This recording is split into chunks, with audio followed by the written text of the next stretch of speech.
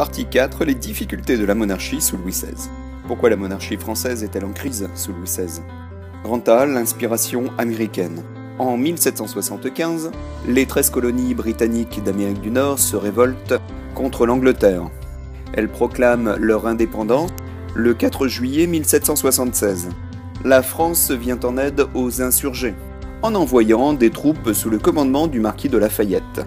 À Philadelphie, les Américains adoptent une constitution républicaine et fédérale.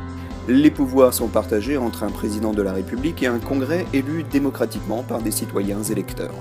Les événements d'Amérique ont un grand retentissement. Dans toute l'Europe, ils diffusent un idéal démocratique. Grand B, l'impossible réforme financière. Depuis la fin du XVIIe siècle, les comptes de la monarchie affichent un déficit croissant, à cause de l'entretien de la cour, des dépenses militaires, etc. Des ministres recherchent des solutions comme Turgot, puis Calonne, qui propose un nouvel impôt, payable par tous, même par les nobles. Mais tous les projets de réforme se heurtent à l'opposition systématique des privilégiés et à l'indécision de Louis XVI, qui renvoie ses ministres. Grand C, un climat de tension. Le pouvoir royal, ébranlé par des idées nouvelles comme celle des Lumières, doit faire face à une grave crise sociale. La société d'ordre est fortement contestée. La banqueroute menace.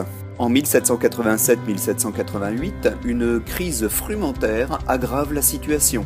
Des intempéries provoquent une série de mauvaises récoltes et une inflation des prix alimentaires, notamment du prix du pain, alors même que les salaires diminuent à cause du recul des ventes. Des troubles éclatent dans tout le royaume. C'est dans ce contexte que Louis XVI nomme aux finances Loménie de Brienne, qui propose l'institution d'un nouvel impôt pesant sur tous les sujets. Se heurtant une nouvelle fois à l'opposition des privilégiés, le roi le remplace par Necker et se résout à convoquer les États généraux pour 1789.